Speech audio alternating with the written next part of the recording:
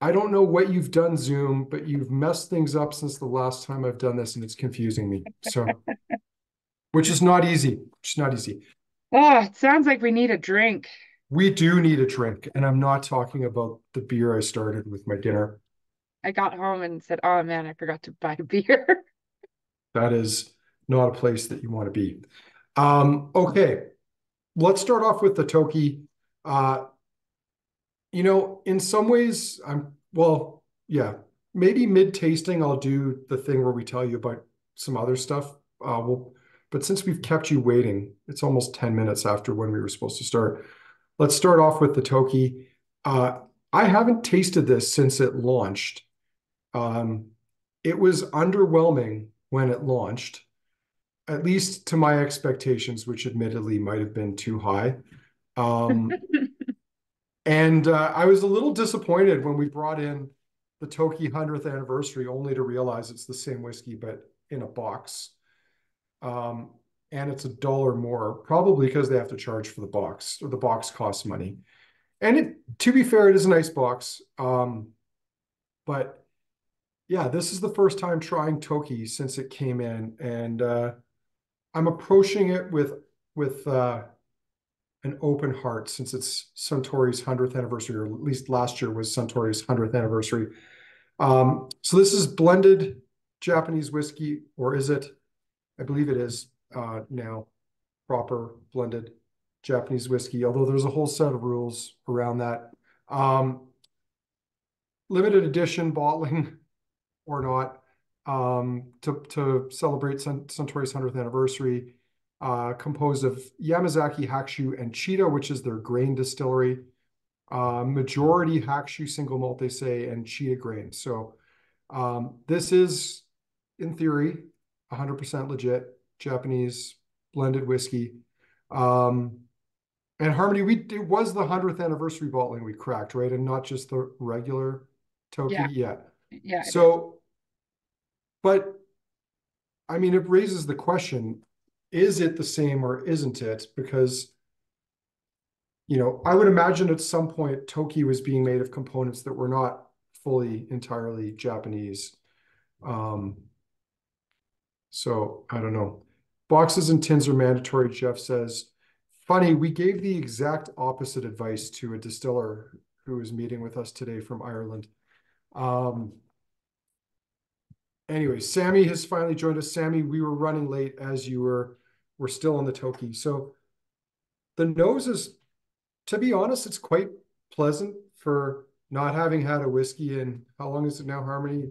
A little over three and a Three half hours. hours, perhaps, Yeah, something like that. Uh, unforgivable. it's floral.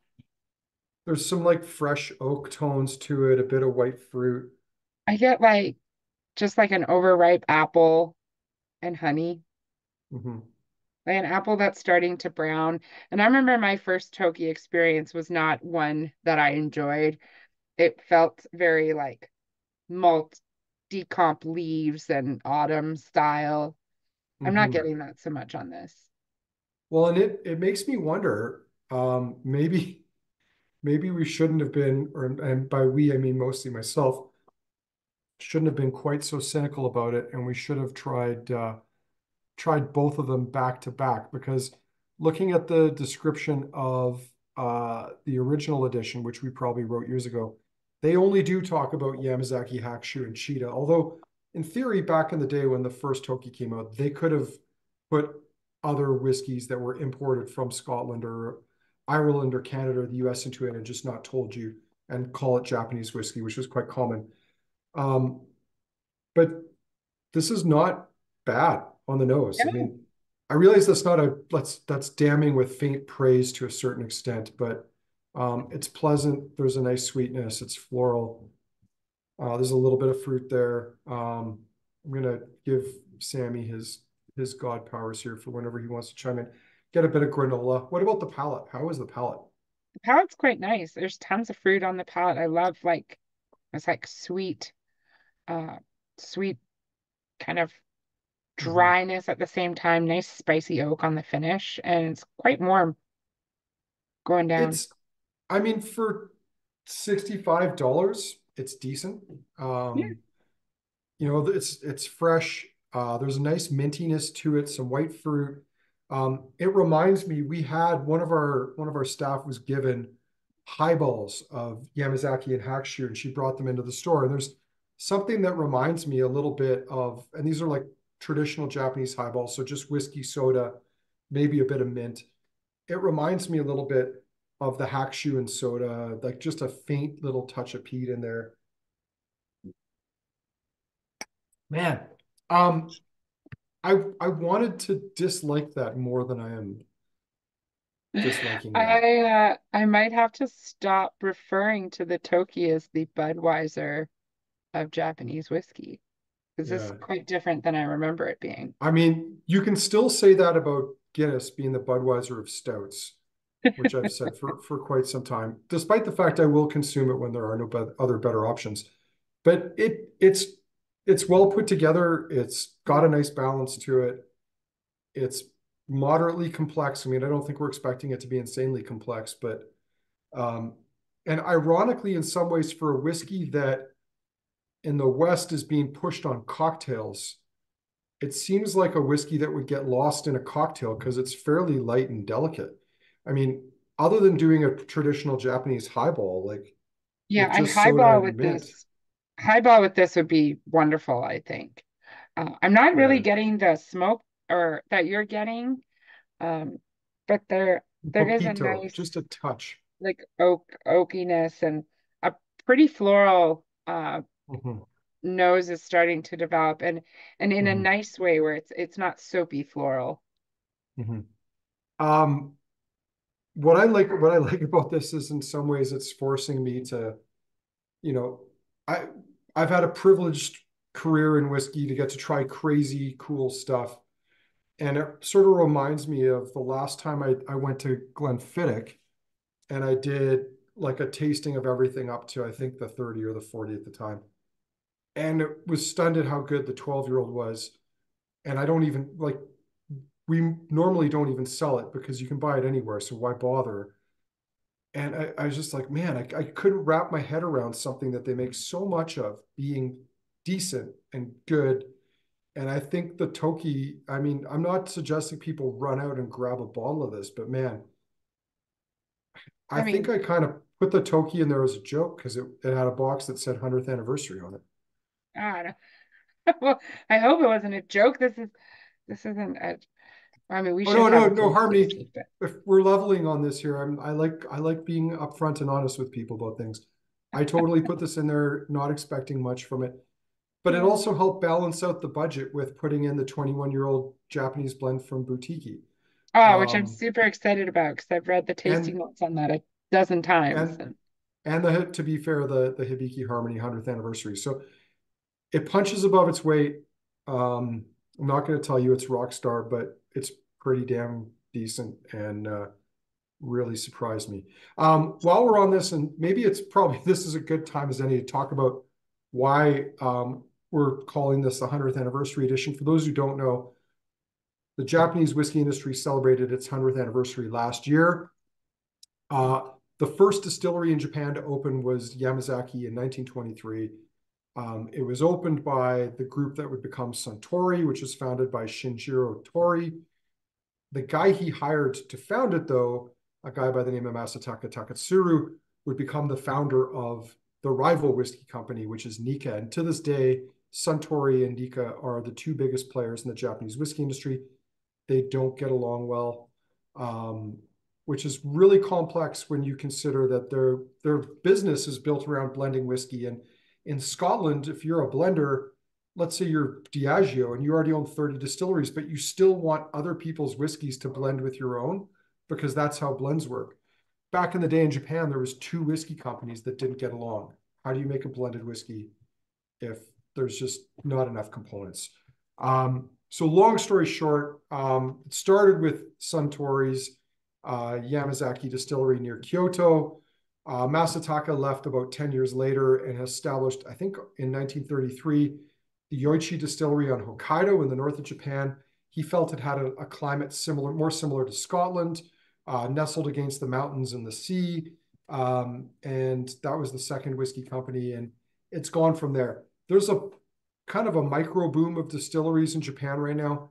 Because of the language barrier, it's hard to know exactly what exactly is happening there because we see a lot of what I like to euphemistically refer to as Japanese-ish whiskeys, where it's been at worst just bottled in Japan, or if you're lucky, maybe they matured it there for some of its life before bottling it and as Japanese whiskey. And you could do this, and I think you can still do this to a certain degree, but they have changed the rules now where for certain classifications, and I don't even think it's law, it's just a recommendation that you tell people where it's been made. So one of the things that's kind of fun to think about, and maybe this will help put things in perspective for people and understand why for so long the Japanese were not just making their own whiskey, but also importing whiskey to blend into their own. It might help you understand this, that Suntory in the 90s acquired Morrison Bowmore, which owned Bowmore, Glengarry, and Auchentoshan, giving them distilleries in Scotland. They later went on to acquire Jim Beam brands, which owned Lefroy and Ardmore, although they made it look like Beam acquired Suntory because they didn't want the Americans to be butthurt. The Nika side of the equation owns Ben Nevis, which is an awesome little distillery in Fort William in Scotland. And for the last 30 years, the majority of the spirit they make, before it's even put in wood, is put into tankers and shipped to Japan to be blended in, matured in barrels and blended into Japanese blends in the Nika stable. So yeah, this has been happening for a while. And I think in the case of, at least with Nika and Suntory, you could say, who cares if they were importing this stuff? They were still bottling gorgeous blends like the old Hibikis. Back in the day, Harmony will remember the Taketsurus, like the old 21 and 17, the Suru blend. There was a lot of cool stuff. And if it wasn't all 100% Japanese, like it was Japanese by design and intent. And then what happened when Japanese whiskey took off in the late 2010s, when there wasn't much stock, or the late 2000s, when there wasn't much stock, all these companies started to emerge bottling, Japanese whiskeys of a sort. And they were fake. They weren't made in Japan. They were just people who saw an opportunity, shipped spirit or whiskey to Japan, blended it, bottled it, and made a brand out of it. So I suppose we shouldn't be too critical of the old guard, the Nika Whiskey Company and Suntory, because when they did it, they were still trying to make a top quality product, and they were maturing the spirit in Japan. And it's just, yeah, there's not as many distilleries in Japan even now in this boom that they're seeing. And we're going to talk about one of those newer distilleries later. But let's go on to the Hibikis, which we're going to try side by side. I think will be kind of fun. The Hibiki Harmony we've had for a while. Now, sadly, from Suntory, this is the only whiskey we've really had for them for almost a decade now. It seems like, let's say 7-8 years at least, the Hibiki Harmony's been in the market. Prior to that, we were lucky enough in the early 2000s in the mid 2000s to have Yamazaki 12, Yamazaki 18. This is back before, the hype around them grew. In fact, they were, like, I would almost say, hard to sell. Like, people were not open to Japanese whiskey in 2005, 6 when I started. And the crazy part about it is Yamazaki 12 was like $50 a bottle. The 18, the 18 was under 100 for sure. When it first came out. And then there's a story about why it left the market, something to do with Health Canada, and it had too much ethyl butymate in it. And, the reason I like telling this story is because it's kind of not, well, I might as well just come out and say it. Health Canada allowed 4 times as much ethyl butymate in cognac as opposed to whiskey, because in their logic, people shot whiskey, whereas they sipped cognac. So therefore it was okay. So the Yamazaki 18 got pulled because Health Canada flagged it out in Ontario and Quebec. So I'm blaming this one on Quebec, because why else would they apply a different logic to cognac and to whiskey? Just going to say that. Like, why else? It doesn't make any sense. So anyway, they went away. Yeah, Harmony, were you were you in the industry when we like probably when we had the 12, but were you in there when the 18 was still around? The 18 was just had just kind of left when I got into the industry. Like I was full-time industry by 2010, Mm-hmm. and it wasn't really around as much. Oops, sorry. Um and but I remember the 12s coming in and sitting on shelves and nobody knew like where to put it in the whiskey world because nobody was really clear on what it was because there wasn't a lot of information on the package and still a lot of Japanese writing. And I remember just sitting there and my coworker and I were debating, like, let's just split a bottle and see what it is. And a guy walked in and grabbed a box and just cleared the shelf. And then I think it was like a couple of days later, it won some grand award and we never Mm-hmm. saw it again. Yeah, well, and also they realized they didn't have much, and so they just put the brakes on it. Yeah, Um, I mean, the sad thing is, from what I understand, like the 18, Yamazaki 18, Hakushu 18, you can't find very much anymore, but they did release some 12-year-olds for the 100th anniversary. Frustratingly, we don't get them here in Canada, but you can buy them at Costco in the States. So I don't know. I crazy. guess you could say that's where the priorities went on that. But anyway, let's not dwell on what we can't have and what's too expensive. And I've got funny stories about some of that too. Let's talk about this Hibiki Harmony. The nose on it, it's quite soft and floral again. Um, Getting like melon, like honeydew, cantaloupe notes on it. just going back to the Toki for a second, it's interesting because the Toki comes across definitely a bit more raw and spirity than this does. And I mean, I'm someone who likes a very spirit-driven style of whiskey, but still you want it to be rounded and soft. So there's a nice elegance to it, soft fruits, floral tones. Um, yeah, it's quite pretty. Uh, Assuming it's still the same, they talk about this whiskey that they predominantly matured in American oak, and then they use a bit of more rare sherry casks and Mizunara or Japanese oak casks to add some more layers and some more character to it. Um, and this whiskey is now made exclusively from Yoichi Miyagikyo and then Nika's, or sorry, not Nika's, Suntory's grain distillery, Cheetah, as well. There's quite a bit of spice on the palate. I'm finding. Mhm. It's got a sweet, um, it's got a nice sweetness to it, and it's a nice creamy body. Hmm. I find these like nice caramel tones slowly start to creep in later. It's kind of lush and drying at the same time. It's an interesting juxtaposition. Yeah, and when I say spice, I don't mean like necessarily like cinnamon or hot Mhm. spice. It's just like more like soft baking spices, maybe nutmegs or something. Just Oh man. yeah, Second the palate. sip, it's very fruity. Reminds me of like crepes with powdered sugar, lemon juice. And then you're starting to get into some nice sort of melon tones, orange citrus fruit.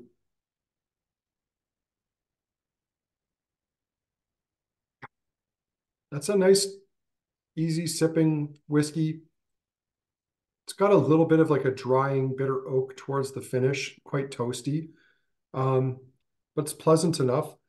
Very sweet. Like there's quite a nice sweetness to it.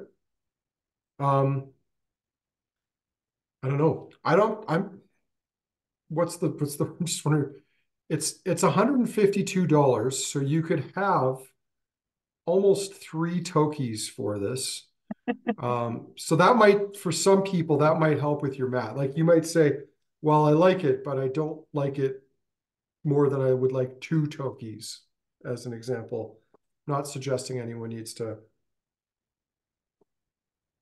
go down that Sammy road, in the but chat said wasabi green peas. hmm, interesting. I kind of get the green peas, but I'm not much for wasabi, so I wouldn't know.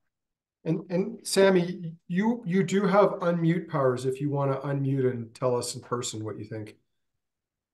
Well, usually the wasabi, green pea has a little bit sweetness in it. That's why kind of remind me. Mm, It's like having hmm sushi with a bit wasabi, a bit soy sauce, hmm the sweetness, from some certain seafood. Well, I It's don't find this one as sweet or as citrus as you described it, but when I tried the second one, the Hibiki 100, I find the palate a little bit more citrus and mhm. fruit driven. All right. Well, maybe that's a sign that we should segue to the second one. Um, I can't and I tell need if to, they're different or if it's just a second sip. well, we're gonna have a conversation about that because I believe it was considerably more expensive than the first one. Yeah. If I'm not off my rocker here, which I'm willing to admit I might be. Um, I'm just logging into the site because I am kind of curious about that to know. Um, no, I'm gonna have to go to a different one because I blocked it even from the back end of the website. We did only, it should be noted, receive 6 bottles of this. We opened one. I believe we sold the others by ballot. Not much of this came into the market. Again, for better or worse, Canada and Alberta in particular are not really priorities for Suntory's brands. Unfortunately, yeah, 210 is the pricing that I'm showing on the limited edition. So let's nose and taste it, and maybe we'll come up with a theory as to whether we think it's different or not.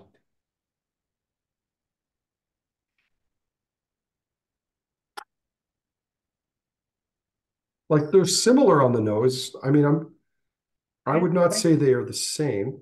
No, I wouldn't say they're the same. There's similarities for me. Like I'm still getting that melon, but the oak um Mhm, spice is quite noticeable on the nose on this one, where it was a bit more muted on the nose on the first. mhm. Well, let's have a look at what it looks like. Uh, because this one was um, a special edition bottling. It came in a beautiful bottle, which I suppose that in itself probably could account for the price. I But doubt it's real gold though. no, most likely not. There's the packaging of it, Hibiki Mhm. Harmony. Um, a lovely, lovely bottle there. I do love in theory the whole concept of the Japanese ice ball, though I'm not sure it enhances the whiskey. But yeah, this is the packaging that it came in. Um, the Harmony limited edition, 100th anniversary. Uh, don't really tell us a ton about it. They did some other releases too, um, but unfortunately, they went to Costco in the States and not to Canada. So you can probably hear how I feel about that deep down. I almost went to a Costco to try to find some when I was in Florida, but I didn't. It No, said there might be one bottle on the shelf, and I was like, that's not good enough. yeah. Especially when you could walk around the grocery store where you were and just crack open beers. Mhm. Mm. I don't know if you can do that in Florida, but you can do it in Milwaukee, Wisconsin. Oh, it was in Um, Milwaukee, pardon me. it was in Milwaukee, yeah, such a progressive place. Um, it's very pleasant on the palate. I actually think these are different. This Mhm, seems more lush. It seems creamier, more floral. mhm. I could just be building it up in my head to something that No, it's not, but it feels different. It tastes different. There's more herbs and like uh, mhm. rosemary or something on this that there was on the first one. As Jeff said, it's not a life-changing difference, but there's a difference there. The more I get into it, the more I quite like the mouthfeel on this. It's very Mm. creamy. There's some really nice fruits there. There's even more of that kind of cheesy funk, which is not something I typically have found in the past in Japanese whiskeys that I like in, whiskeys like Ben Nevis or, some older Milton Duff or Glenbergie bottlings.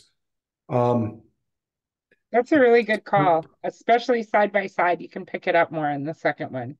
mhm. That's a really nice Sam, call. Sammy, do you have a thought? Do you think these are the same or are they different?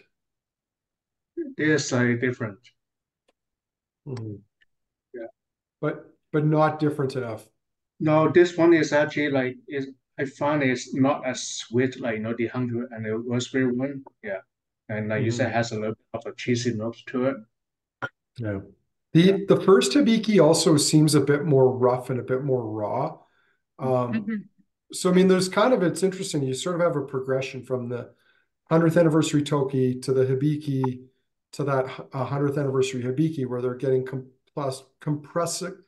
Uh, they're progressively getting more kind of complex and layered. I think is what I was trying to say there.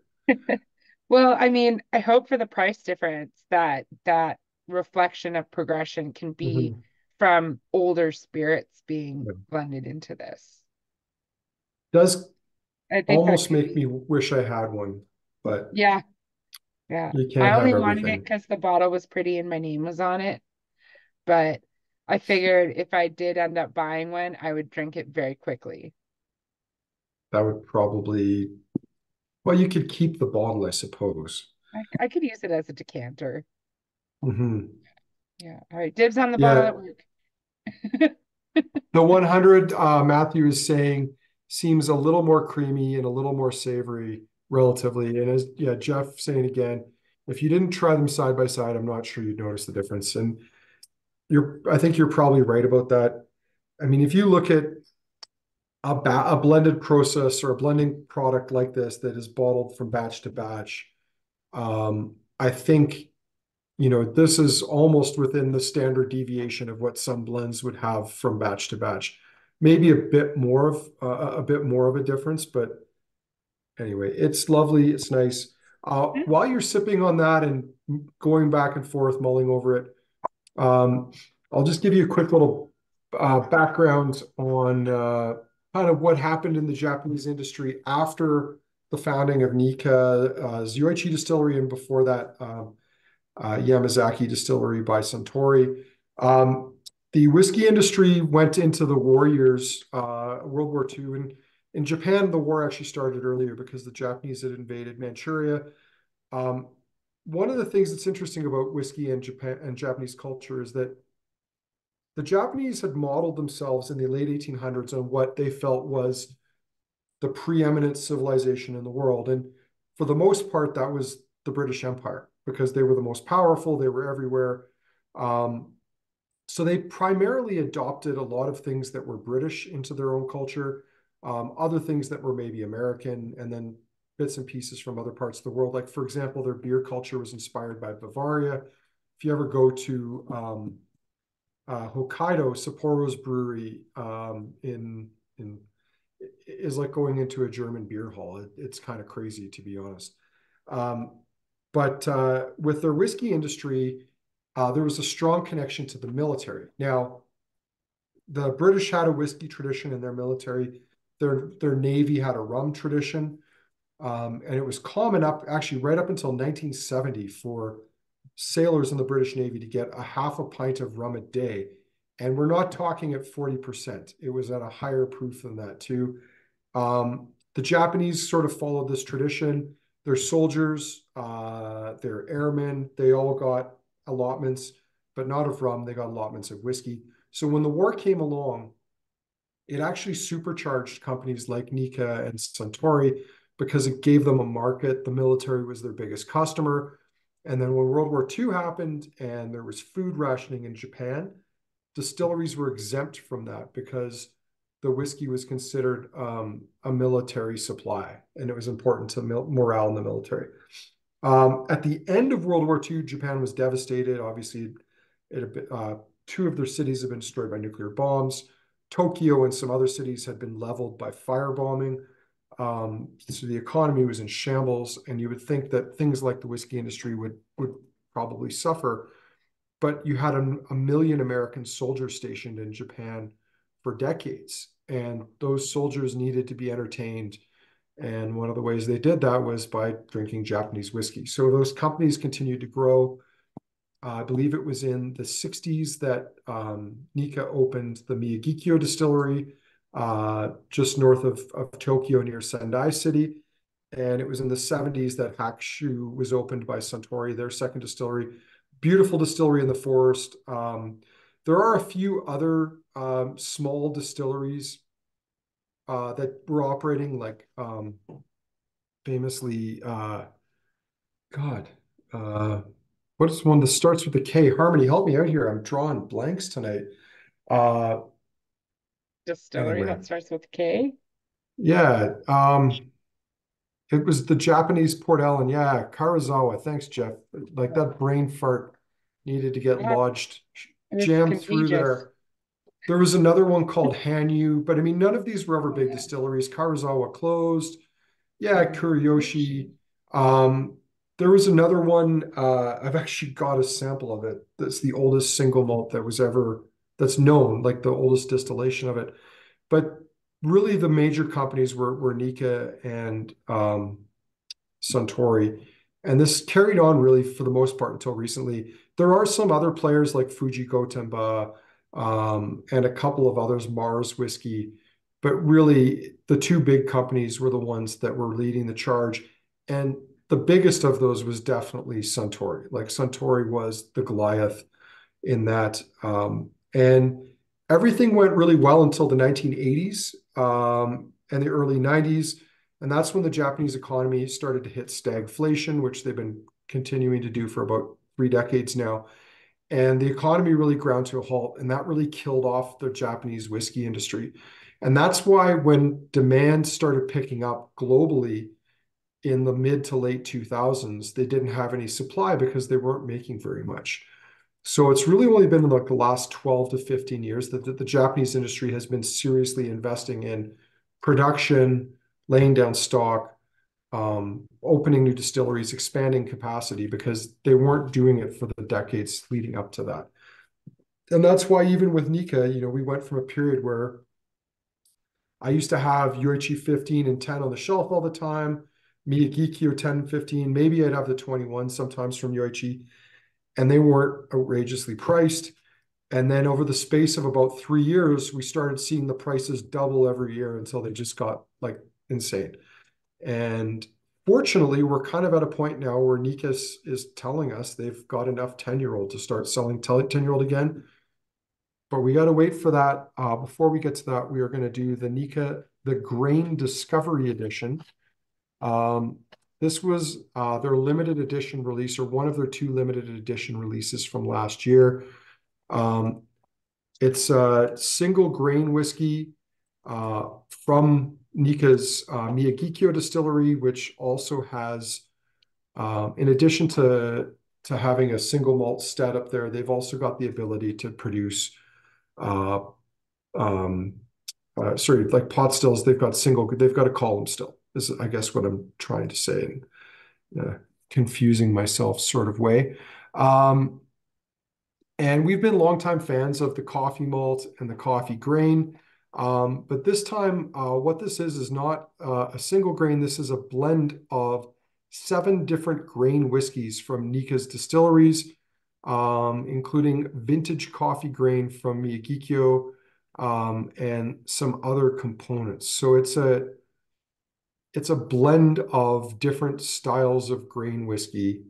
And when we say grain whiskey, I think we mean a couple different things. We could mean whiskey made from in a column still from corn, but it could also mean whiskey made in a column still from malt if we're applying Scottish standards to it. But in Japan, I guess coffee grain, it's probably a grain too.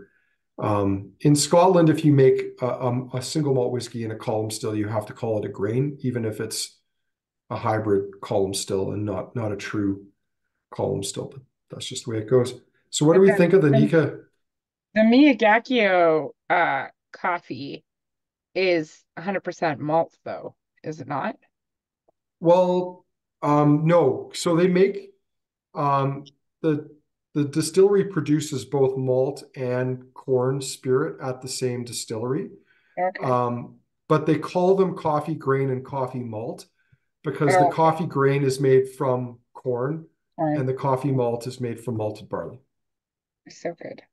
I like them both. Mhm. This is This is so enjoyable just to nose. Like Hmm. this is my favorite nose yet. However, as I put in the chat, right now the Toki nose, it's like it's incredibly sweet and tropical and Hmm. juicy. This is more whiskey than just like sugar in a bottle. So here's an interesting note.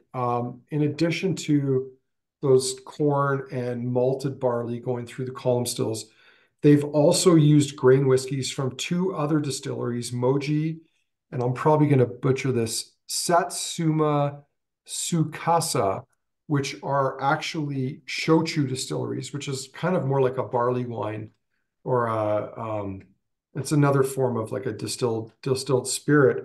So they've made grain whiskeys at those particular distilleries as well. So that's cool. Ruth is also chiming in with you, saying this is the best one yet. It It's sounds like marshmallows and caramel with vanilla mhm. and tons of fruit and Yeah, you can get like there's like that Werther's original, but yeah. corn syrup as well. Oh yeah, that's good note. I mean, it's identifiably grain. It's that lighter, cleaner style, sometimes sort of oily and medicinal, but not in like a, an Isla whiskey kind of way. It's a different kind of medicinal, like a chemical medicinal. Um, Mhm. but yeah, there's like it's interesting. Like you can see there's a lot of breadth to the layers in the nose on this The palate for a again. young grain. The palate is like light fruit and like there's that menthol note that you had mentioned picking up in the previous whiskey. I didn't really get it, but I get Mhm. a little bit here. Uh, Oh, tea-like and notes, lots of vanilla. it is so syrupy and sweet on the palate. Like this is really decadent. Hmm. Um, and I mean, it's rum-like at the same time. There's like this kind of rummy note to it too, like a young amber rum. Get like some chamomile notes, Yeah. tea notes a little bit. I think Jeff wanted you to go into like weirder tea notes. Like, I don't know weird tea, Jeff. did you not? Oh, I guess you that was Evan and I who got bags of weird tea from Jeff way back when. No, I It's like a tea. whole new world, Harmony. It's a whole new world. Yeah, send me tea. I'll try any tea. Sammy, do you have any notes on this you want to share? Well, yeah, I found this is actually quite sweet. Like you say, it's a bit of like a rum taste to it. I think it probably Yeah. has a bit more corn, than barley and malt. Hmm. Yeah. No, well, that malt component, I think it's safe to say is probably in the minority on this one. I Yeah. don't think that there's much of it going in there, but there's even apparently some rye in this, which is kind of cool. Well, it is kind of And spicy, so I could see Yeah, that. at the end, at the very very end. And mhm, the tea note that I kind of mentioned as like a finish, like to me it's more like tannins and almost vegetal. mhm. Like you just kind of get a Well, little bit of that on the finish. one other interesting note on this is the range of age of the spirits involved in this. The vintages are from 2010, so at least we can probably safely say 12, 13 years of age Yeah. to 1988. So there could be Oh, some wow. 25-year-old grain in this as well, which I think makes for kind of a cool, it might help explain why we've got this very sort of um, complex Hmm. grain whiskey, like especially when you compare it to like I've had the coffee grain many times, their standard balling. It's decent for what it is, but it's not complex. This is quite a complex grain whiskey, and knowing that you've got rye, malt, corn in here, a couple of shochu distilleries distilling grain whiskey, one of which I think is closed now as well. And all of that blended together from 13 to 25 years kind of gives us a sense of why this is as complex as it is. So are they distilling rye in Japan or are they buying rye? and aging it. No, I think in this case, this is all distilled in Japan. Okay, this isn't like a Um, sort of premium aged. no, no, but you know what? I mean, think about it again. It's a small component, but it kind of makes some sense. Like you can kind of get that sort of dark spice. Hmm. I also get kind of like a dark syrupy note sometimes from rye, but I think it's safe to say that that's probably a fairly small component too. Yeah, Regardless, this is the second decent. time tonight where I'm quite pleasantly surprised by this. I just thought this was like they didn't have enough Miyagikyo this year to do both a Yoichi and Miyagikyo limited edition. So they just were gonna flog a grain on us. Well, I And appreciate it, and I appreciate the higher ABV as well. mhm. Yeah, I think that plays a but lot into the texture of it. but I think this comes down to my challenge here, which probably is addressed with the Toki as well as bandwidth. Like um, we get 12 bottles of this. They're going to sell. So I don't put any thought into what it is or maybe whether it's even interesting or not. And, it goes in a ballot and it's gone the next day. Well, not the next day, but, within a few days. This is a lot better than I thought, but looking now more deeply into what it is, it kind of explains it. So quite a nice little grain there. Yeah, yeah, it's very nice. Mhm. Yeah, Jeff reminding us about the grain whiskey that we had from Nika. I think we've also had some. I think there was a cheetah grain from the society at one point or another too. There was definitely some Yamazaki and Hakushu bottlings back in the day, and oh man, did people not not clue into what those were at the time because I think they were like $300 for the 20-something-year-old Yoichis and Yamazakis and Hakushus from the society. And man, anyway, what are you going to do? Thermonuclear banana. That's right. That was, I think Evan, that was one of his favorite bottlings, thermonuclear banana. I remember trying it. It was not my jam, but it was definitely memorable. That's for sure. All right. Where are we on to now? We're on to Boutique. Oh, Nika. Boutique Japanese blend. Are we doing, what's, Harmon? Not boutique. Oh, what did it Oh, yeah, we're going to do the Boutique blend next. I'm just going to pull it up here on the site. Um, just need to find. Yeah, There we I've read go. these tasting notes a dozen times and sold the bottles and never got to try one. So I'm excited. Well, we kept saying for like almost 2 years now. Oh, next time we do a Japanese tasting, we've got to remember to include the Boutique Japanese bottling. So let me put it up on the screen here for y'all. Ooh, that's not the right one. Just a second. That is my email inbox, which nobody needs to see. It's Let's tr overwhelming. Yeah. let's try that. Yeah, it's overwhelming to me. Okay, here we go. Blended Japanese whiskey. So they've done at least 5 batches of this. This one was done at 47.7%. They don't really tell us too much about it or about what it is, but they have reasonably good reviews. Their label features a pair of kanji characters styled as if they've been painted by hand in traditional Japanese calligraphy. The symbols apparently translate to whiskey, roughly, which you got to love. Like, they're not even 100% exact on that, but let's I'll give ask this one a Bernard whirl. tomorrow. Well, Bernard's Chinese. I don't know. Does he know Japanese? He knows a lot of characters. Yeah, Okay. he's like a big fan. But maybe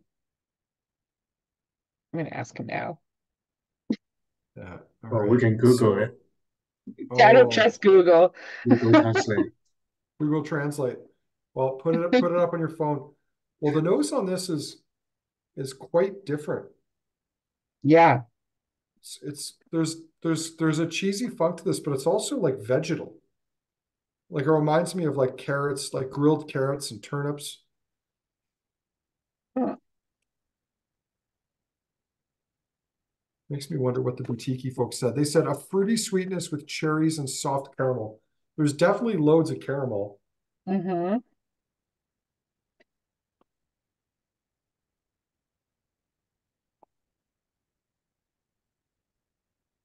palate.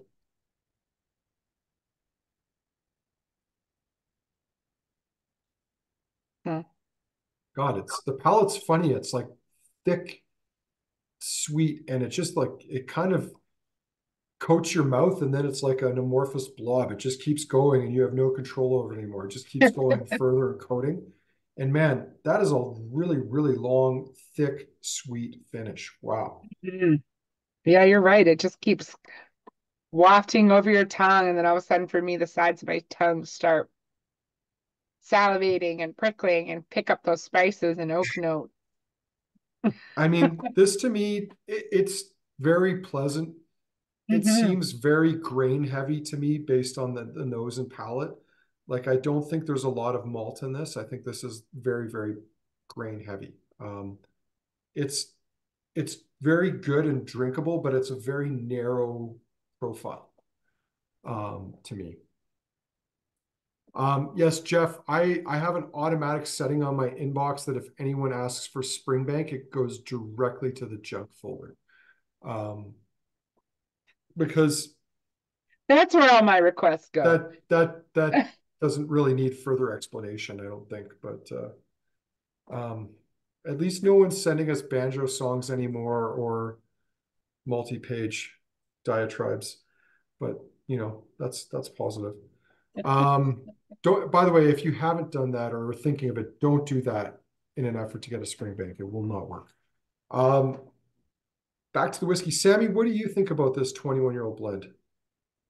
Uh, I think like you said, I don't find there's a lot of malt like in the whiskey. I think it's like heavily green and probably a little bit rye in it too. Because I also find the spiciness at the end of the palate. Hmm. Yeah, there are some nice like decadent spices there, that's for sure. Um, I feel like the spices for me are more the time on oak. Like it's just those like nice nutty, woody spices that come through. mhm. I, I mean, I'm not really quite sure what to make of it because it's very sweet. I mean, I don't think the boutique guys would ever put caramel coloring in something, but like it almost kind of has that like artificial caramel coloring sort of like feel to it. And maybe that's just the grain whiskey, and I'm just thinking, reading things into this. Maybe. I don't think they would color it. Like they don't have to. Mhm. Well, and all you have to do is look at the rest of their stuff, a lot of which is extremely pale. And I love them for it because they're not trying to hide something. And they also bottle a lot of very spirit-driven whiskeys. Yeah, it's good. Loads of vanilla. It's floral. There's some nice fruit tones in there. A little bit of decadent spice. Yeah, it's a pricey blend, but then again, I guess everything from Japan over no age statement in years is pricey. So, what are you going to do? Any other thoughts on this one before we move on to the not even yet legally whiskey in the lineup? I don't know. I find this one a little bit muted, other than like the Mm. viscosity and the vanilla. Like I wanted to find more notes other than sweetness in I this. I I don't think you're wrong on that. But again, I think that to me is testament to this being like a huge proportion of just grain whiskey. Well, And I mean, that's I've why had it's kind some of like that. pretty, we've had old grain scotch that's very flavorful and quite an evolution. And like although the palate is an enjoyable experience, just like the feeling of it. Um, I'm finding this one just a little bit hard to put to words, which I guess is okay. Just shut up and drink your whiskey. I guess so. Or not. All right, Shinobu, shall we?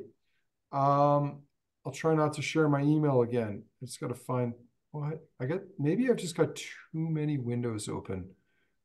Where did that thing go? I had it a second ago. Here we You go. usually have about a dozen windows open at a time. Yeah, and then windows within windows. Yeah. So this is the Shinobu Newborn Japanese single malt. It is bona fide 100% distilled in Japan from malted barley, but it is not yet whiskey. Now, before any of us shun it for bottling a 2+ ish year old whiskey, there are some distilleries much closer to home that on a regular basis bottle things that are not yet quite whiskey and confuse us all by putting single malt on it, but then not spirit or something following it. We're going to let that slide on this one. We were curious to try it. I was especially curious to try it because even though the other bottlings that they've done for Shinobu so far have all been Scottish or Irish or a mix of other things, whiskeys matured in Japan and then bottled as Japanese whiskey, at least they were maturing it for a significant portion of its life in Japan before bottling. And they were good. I was impressed with them. So I'm quite curious to see how this is. We don't know a ton about it, but they have a master distiller, Ken Usami, who has been an artisanal beer maker for many years, over 30 years.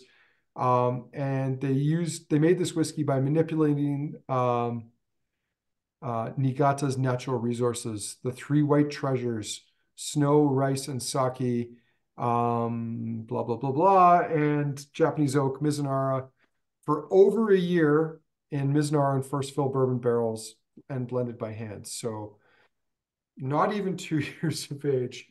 This is 1 year old Japanese spirit drink, single malt spirit drink. What do we think? Jeff says Fireball. Oh man, that can't be promising. I haven't even nosed this thing yet. Yeah, I don't think he was talking about the whiskey flavor. Oh, I mean, not or if I'm wrong. I think he was talking was about he your description of. like Fireball Z? I'm unfortunately my This has pop. like a Oh, the strange sake. like sake note, Yeah. right? Yeah. Yeah. Is but hold on, I want to backtrack for a second here. Jeff says no, Fireball was the underaged whiskey product.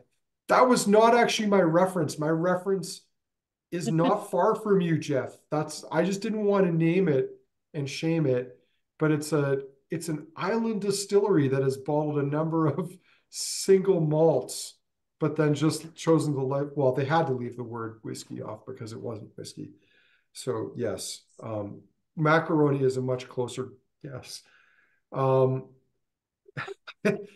I mean, this nose on this whiskey has a hot cinnamon-esque note to it, but um, I was worried I was jumping into something. There's also like an Yeah. umami kind of I'm getting uh grape as well, which is interesting. Just like grape powder, like those yeah. Kool-Aid One grape notes. Sammy's wasabi snow peas are back too. Yeah, actually throw those in there. Yeah.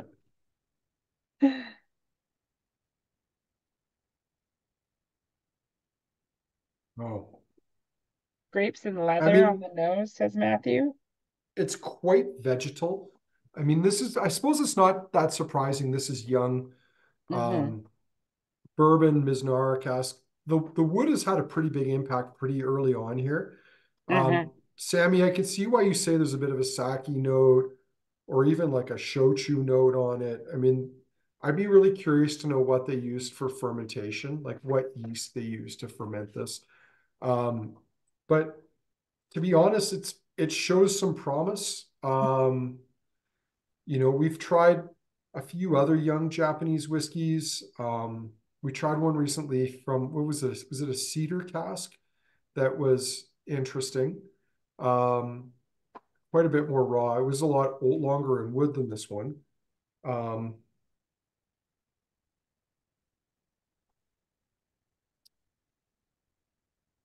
Harmony, thoughts? Are you frozen in time? I was reading the chat for a moment and just nosing this, trying to figure out uh more of what's in here. And it just reminds me a lot of yeah, like soju in a lot of ways. Mhm. Originally when I first smelt it, it was like very apple forward, tons of caramel, and there was like a hint of citrus in there. And I suppose on the palate, those things still are there, but there's definitely that essence of like young spirit. Yeah. Um, It's it's getting more and more barnyardy with every sip for me. So those barley tones are coming out.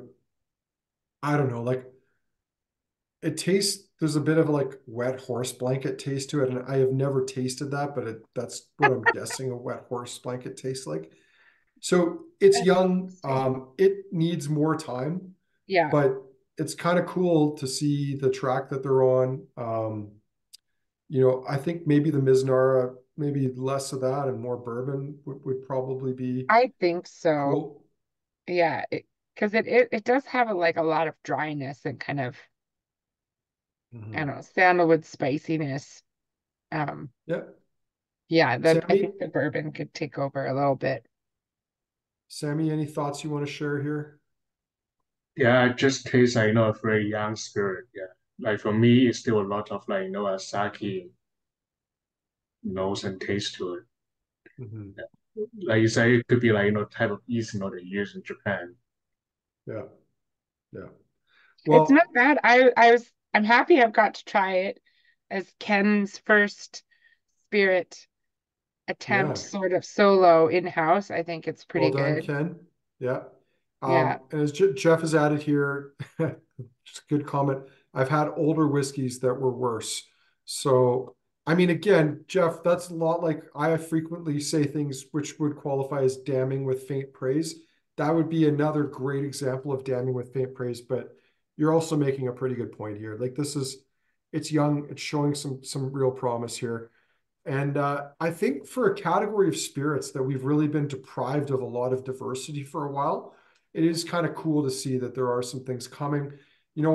I've tried them. We've never put them in a tasting before, but I know there's all those Amahagan whiskeys as well. And there's a number of other things that are out there too. And Shizuoka, as Jeff pointed out, we've had some spirits come through from Shizuoka. And, you know, like a lot of other places in the world, there's a bit of a craft distilling movement that in a few years' time could potentially show us some really cool things. But the problem is there's just a lot of these producers are so small, and Japan is a country with 125 million people, and Scotland by comparison, and this is one of the stories of Japanese whiskey, is Scotland's a country with barely more than 5 million people and hundreds of distilleries. And Japan is a country with 125 million people and maybe a dozen or more distilleries, only about five of them of any real size and modern significance. So that's why we don't see as much of it. A lot of it stays at home. It doesn't even make its way over here.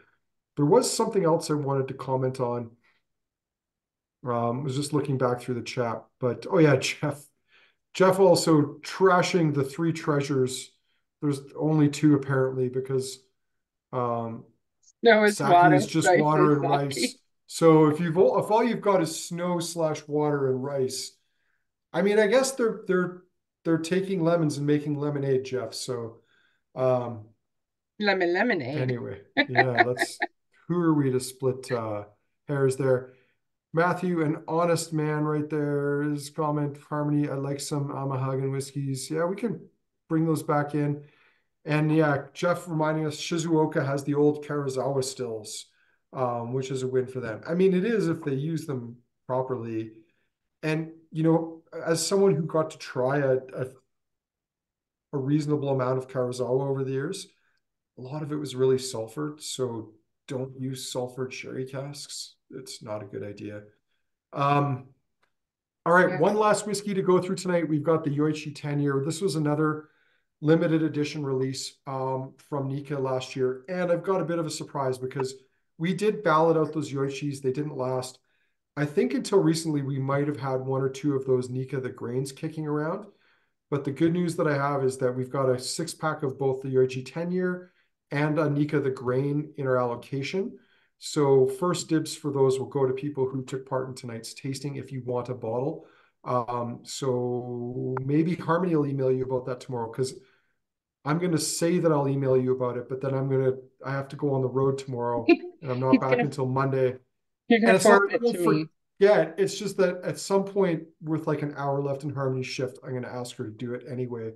So better to ask her now when she's got a whole day ahead of her tomorrow, and we can sort out the whens and the hows and the whys and the whats. But yeah, so you'll get an email about it, and then if you want one, you can put your name in, and she'll figure out how you get one or not.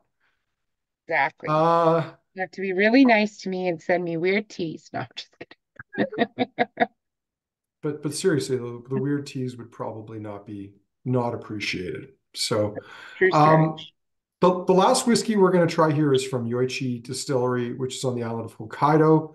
Um, Hokkaido is a place I've only been to once. I would love to go back and visit it again, because it's a beautiful place, and it's got a lot of onsens, which are the traditional Japanese spas, but it also has some of the world's best powder skiing. And that for that reason alone, I want to get back there, and I'd love to go back in the winter at some point in time to check that out.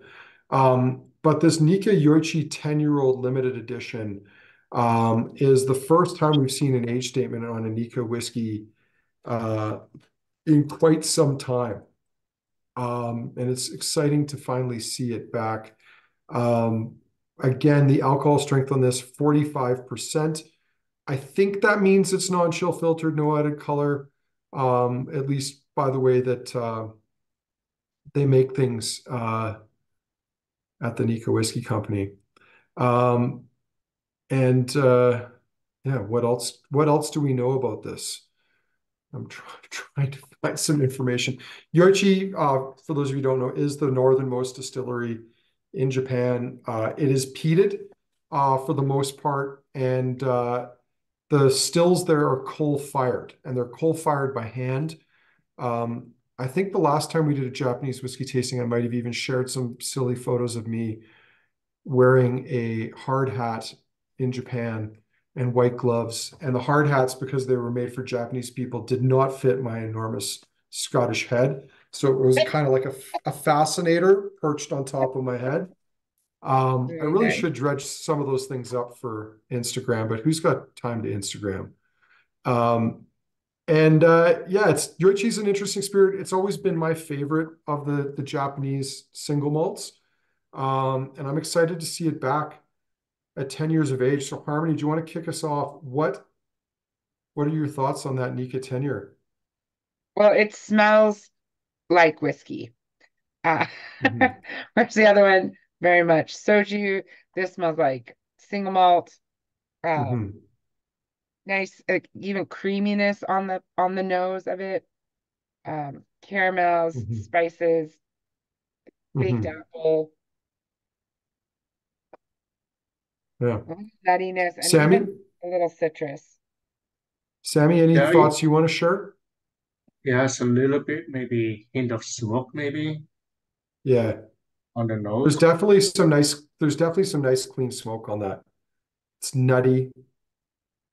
Yeah, and Anything not else? in spice. Well, a little bit of spice, not as spicy, not as I know the uh Hmm. like the grain. Hmm. Smells a bit green as well. Like there's some herbaceous qualities happening. Hmm. Hmm. There's a nice maritime kind of coastal note to it too. Like there's a nice saltiness. It's faintly earthy.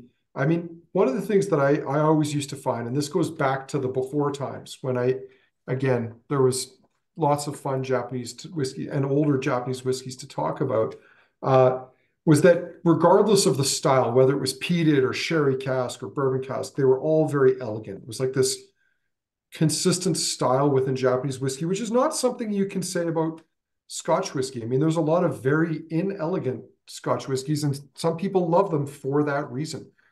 And I think you could say the same about categories like American whiskey. Like there are things that are made to taste rough and raw. Like that's what people want them to be like. But the interesting thing was no matter the style back in the day with Japanese whiskey, there was always this elegance to it. It was always smooth.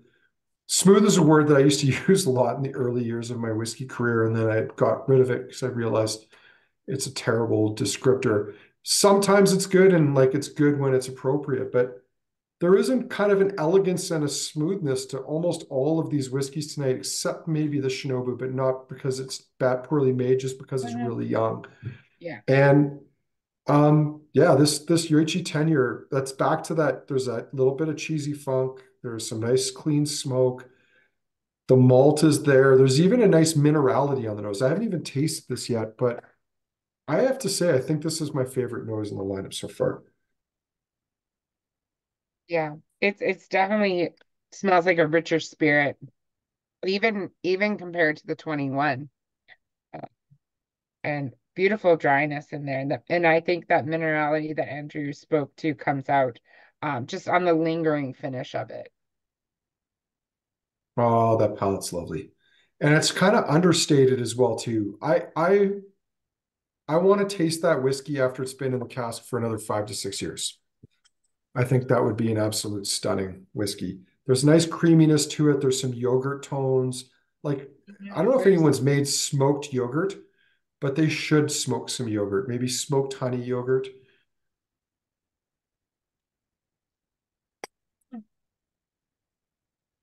Oh, yeah, nice fruit, cream, salted caramel. There's quite an impact from the smoke, but the smoke is incredibly clean. Yeah, it is. And it's so delicate on the nose for me. It's there, but it could be missed, I think. Mhm. Yeah. With the Well, palate, it's just this nice coating of yeah, smoke. breaking news, folks. Jeff Surja is starting a smoked honey yogurt brand. We wish him well on his journey. Sammy, what are your thoughts on this Yoichi? I actually, quite enjoy it. Yeah, kind of remind me a bit of the like a slightly smoked Scotch whiskey. Mhm. Yeah, it's different though. I mean, Yeah, I don't it's know. not like And I'm not talking about those heavily peated like a whiskey. I'm talking like like a I don't know, could be yeah, like Johnny Walker Black. They put a little tiny bit of like peanut whiskey in it. yeah. It it tastes to me like I think what Ardnamurchan could potentially become. Um, like with a bit more time, or like even a Torvig, something like that. It's not an Isla Peat, it's a different profile.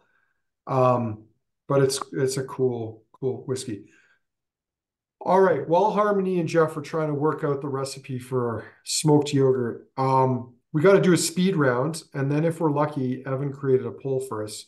If So we're I not, just he have one didn't. question about the 10 Yeah. casks. Is it just same Mizunara and bourbon, or are they using sherry as well? Um, I don't even know if I have all those details for you. And actually, I Oh, that's fine. closed the window. That's okay. Again, partly because uh, we don't get enough of this to bother. Like, and it's not on our website Well, because it was in a I, ballot. I I don't read a have a few good answer for articles that. and I couldn't find anything about the maturation other than that this is their second time releasing a 10-year. It's kind of all Well, they've really spoken to.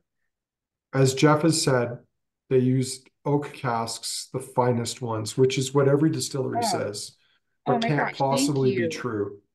Thank you, Jeff. Um, Oh, cast. and also, Congratulations. I, I don't want anyone to panic, No but poll? unless it's not here, I don't think Evan created a poll. Um, so I'm gonna just check. Yeah, no, he didn't. There's no poll tonight, but when you want to tell us your favorites, you can put them into the chat. And if anyone's wondering why we throw this at Evan's feet, because Evan sets up all the Zoom tastings. Yeah. He He is literally the said, controller of the Zoom, I will of let the, you have access, but don't use it. Don't yeah. create anything. It's only if Well, I can't. I would occasionally try to create polls on the fly, but I mean, you can't do three things at once. You can barely do two, and some people say you can't even do two at once. Easily. But yeah, anyway.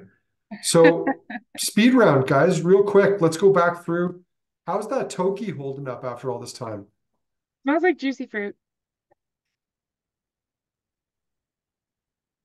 It's so light and there's that little bit of like autumn leaf. Mhm. Whatever that is in French, or no, that was a different tasting earlier today. Mhm. Um, I, you know what? I think it tastes like you're getting exactly what you pay for in terms of quality for the price you're paying.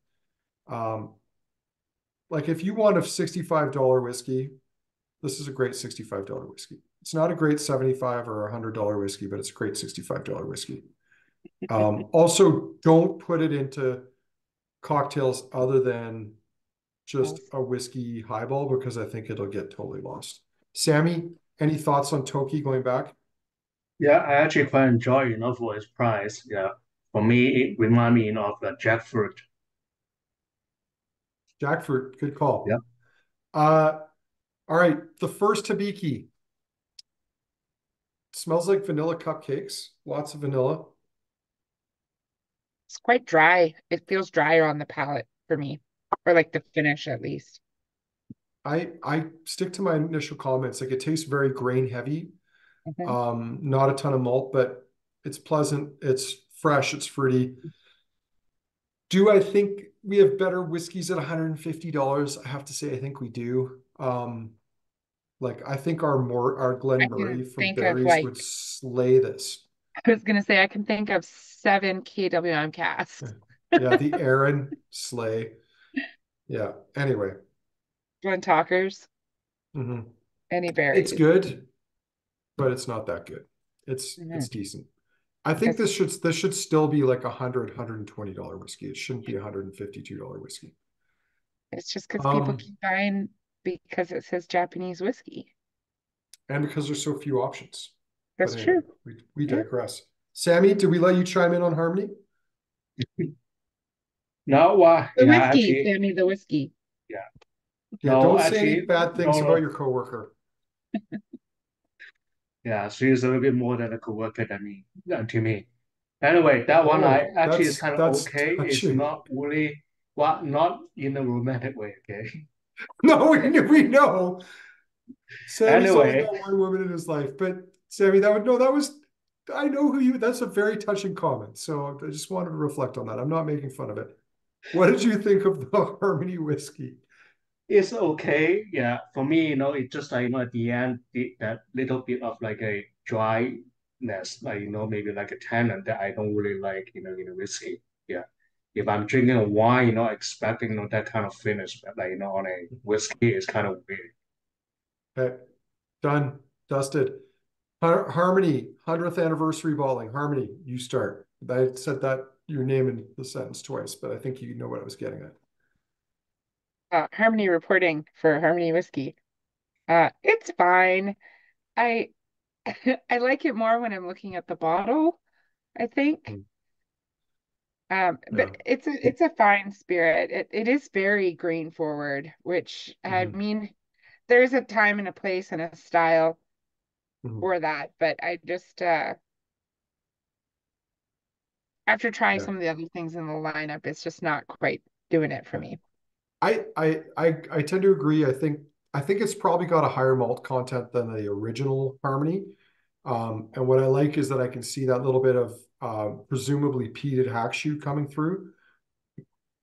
Quite creamy, but yeah, lovely.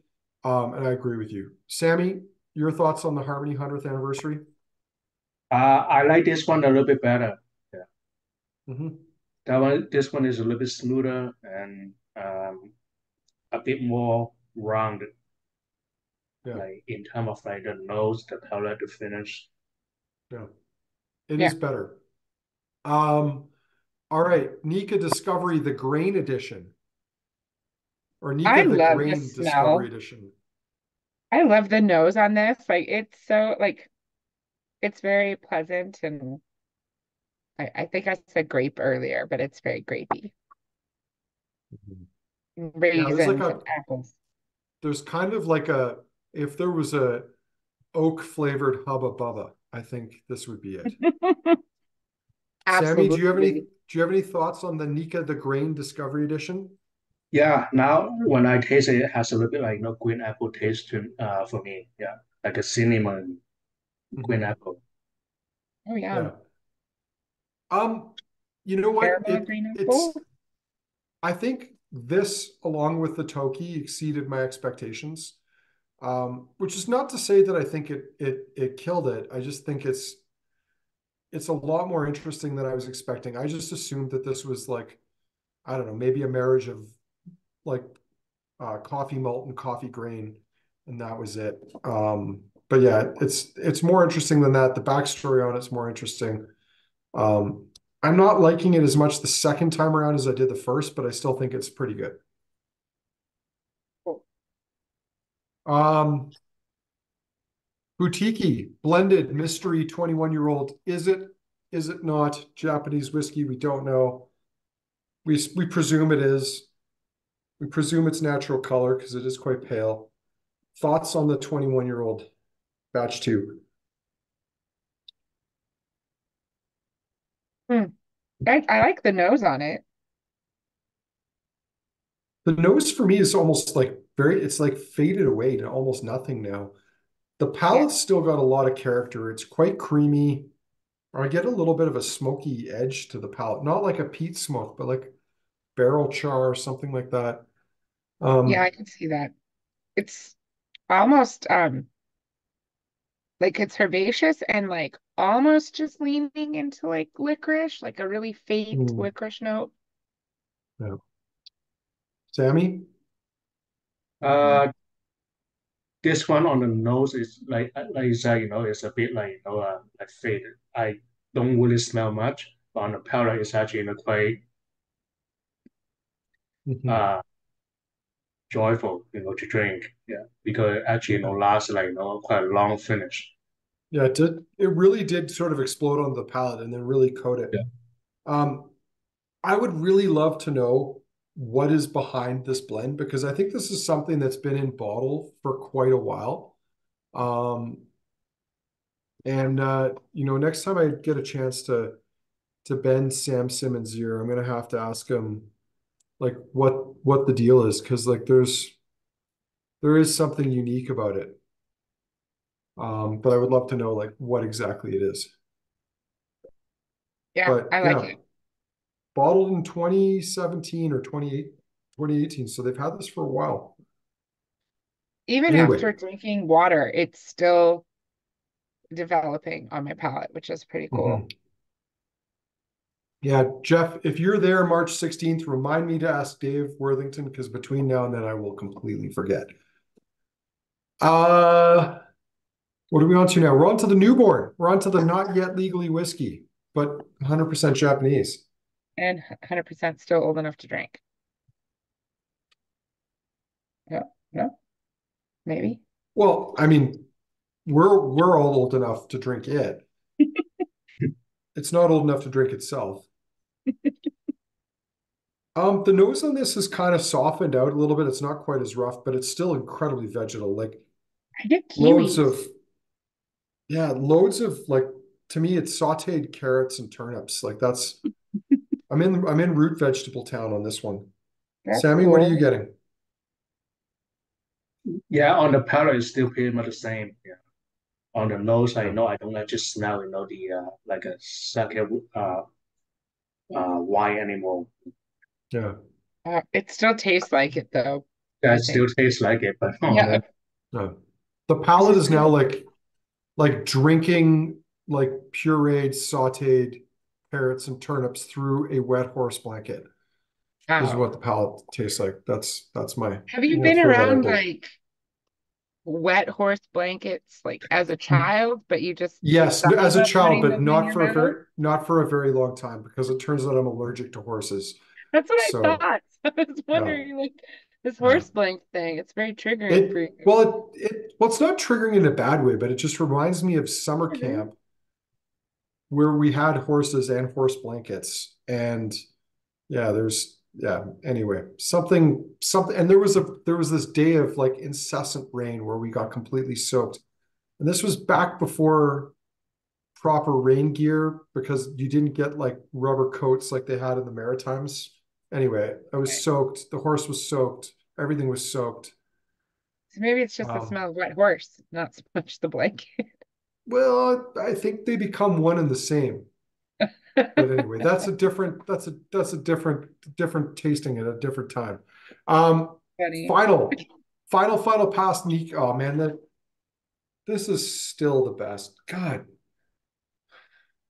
Oh, it's more smoky now to me. And it's also more like kind of decadent yogurt. Like Oh it's yeah. now like Frogurt. There's like a Frogurt note on the nose with like toppings, like candied cereal toppings on it too. Oh, interesting.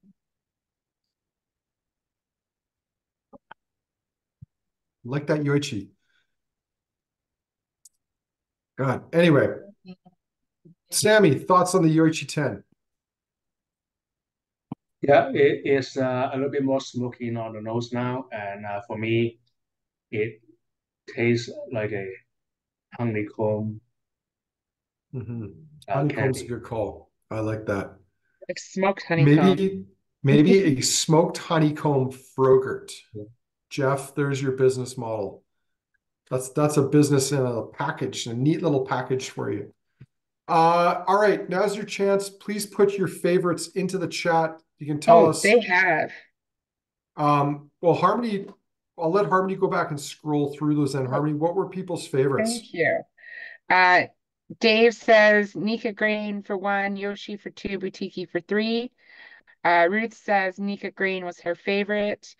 Rob says Butiki. Matthew says Yoichi. And Jeff said Nika 10 and then Nika Green. And Vincent said Butiki Yoichi. So it seems like those three have really dominated Hmm. the two And Nikas you and the do, Butiki. they do seem to have dominated. Yeah. Here's I'm going to give people like, tell us in the chat, what is your honorable mention? And this doesn't mean you're number three, but it's like, which one were you like the most surprised by? While you're thinking of that and while you're doing that, I want to quickly highlight some stuff we've got coming up because we do have some cool tastings in the pipeline, including tomorrow night. Um, we've got Ned Gahan from Waterford Distillery who's going to be at the shop with Harmony tomorrow night. There's still Yeah. 4 tickets left for this. Waterford is a really cool distillery. And you've got the guy who's literally making the whiskey who's come. And we found out today that I might have inadvertently messed up his itinerary. He was supposed to go to Belgium. And when I was told someone from Waterford was coming, I said, please let it be Ned because he's amazing. And like, he's just this lovely guy, but he has a really kind of uh, authentic, honest way of talking about the distillery and what it's doing.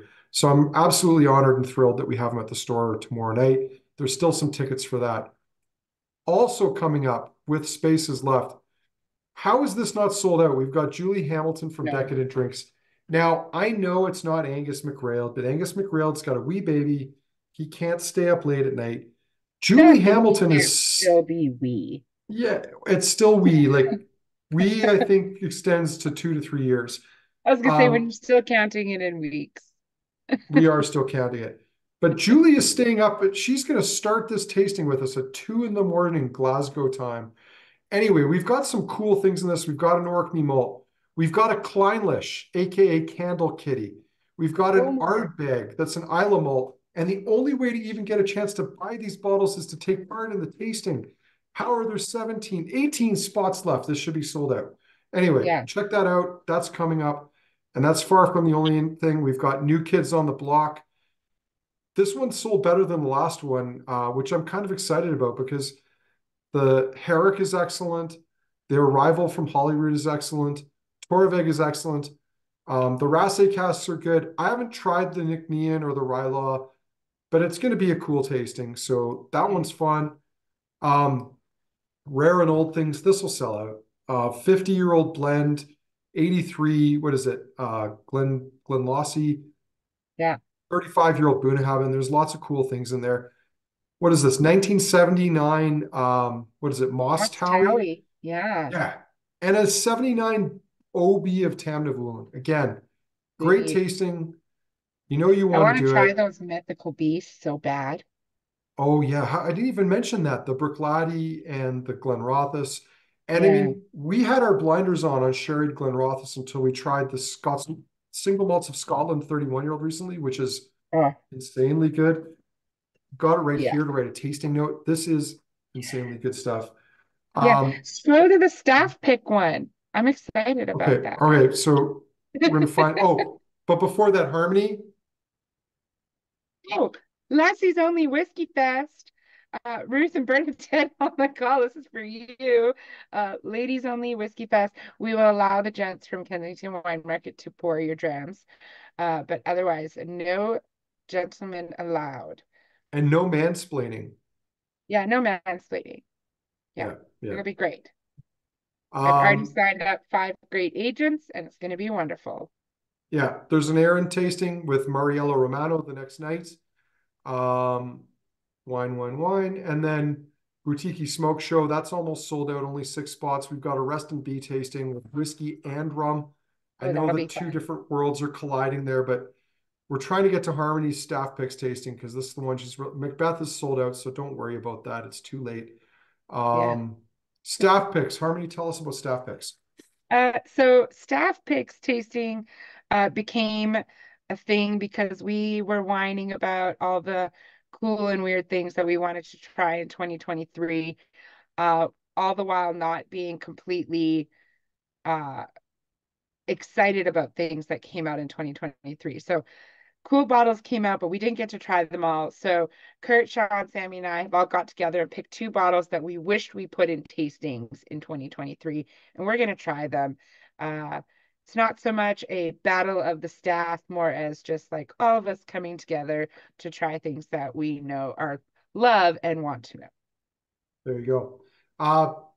This just dropped yesterday, and there's less than half the tickets left. We've got a Berry Brothers cask launch, all built around our 1997 Bowmore, but there's also a 79 blended malt and a blast from the past 25-year-old Tormore. That tasting's coming up. And then single malts of Scotland. This one's got 1990 Isla, 25-year-old Ardmore. What else? A 31-year-old Mystery Speyside and something else in there. But it's also got that really good 31-year-old Glenrothes that I told you have to try. So that tasting just launched as well too. So you can check them all out on our website. And we're going to wrap this now because I was just trying to buy time while you told us what your honorable mention was tonight. So Jeff's saying the boutique was neat, so that's his honorable mention. Vincent wanted to taste Waterford but had dinner planned. Boo, Vincent. Go to dinner Boo. No, I'm after. just kidding. Um, Ruth is signed up for the festival. That's awesome. Jeff, it's like Andrew's tasting, just less old and less rare. Which one is that? The staff picks one? Yeah. Eh, And I just less said it old less and less rare. mansplaining. And you're just talking about me though, right, Jeff? Even though Kurt is technically the same age as I am and Sammy's older, but that's that, we don't need to go there. Um, who else? Anyone else? No one else put in there. Anyway, we're gonna wrap here. I want to thank you all for taking part. Thank Kurt, or sorry, Sammy and Harmony for joining me tonight. Um, yeah, Gong Hei Fat Choi to everyone who's celebrating Chinese New Year. Um, and yeah, Harmony will send an email out. You don't have to send her an email right now. We'll get her to send you out an email out to the list to everyone who bought a ticket tomorrow. And she'll let you know what the scoop is. Is And it everyone who Matt, got a ticket or just the people on the call? no, I will we'll expand it to that because I think there might be enough for everyone. So we'll just say, well, like not for everything, but we'll send it out because it was a small tasting anyway. Okay. Matthew saying, I don't know, but if KWM can somehow get their hands on Akeshi or Kanasuki, never say never, Matthew, never say never. I will say this, we did try, before we finish on this, I know we're kind of rambling on now. What were those Japanese whiskeys that we tried last year, by which I mean 2022, that were like disgusting? Um, there was one, Oh, I and don't they remember. I try to avoid remembering horrible experiences like that. Well, there were some Japanese, and I think we even put them in a tasting. Maybe someone was on that. Anyway, but we'll try those. There was something I really need to figure out what it is. I'm gonna have to go troll back through the catalog, but for some reason I think they started with a Y. Anyway, not all indigenously distilled Japanese whiskey, it turns out, are excellent, but Jeff said he's already blocked it out of his memory. It was no, it wasn't Mars, No, it wasn't Vincent. Mars. It was something new. One of them was peated. I think one of them was called floor malted, something floor malted, and like they were like abominable. But anyway, let's not worry about that tonight. Again, thank you to everyone who took part. Hopefully, you'll consider taking part in one of our future tastings. But until then, everyone, thanks for joining us tonight. I hope you enjoyed the tasting. And if you didn't learn anything, at least I hope you had some fun. So until next time, I This guess. isn't Sesame Street. Let's just have fun. Okay. All Bye, right. Good everybody. night. Okay, bye.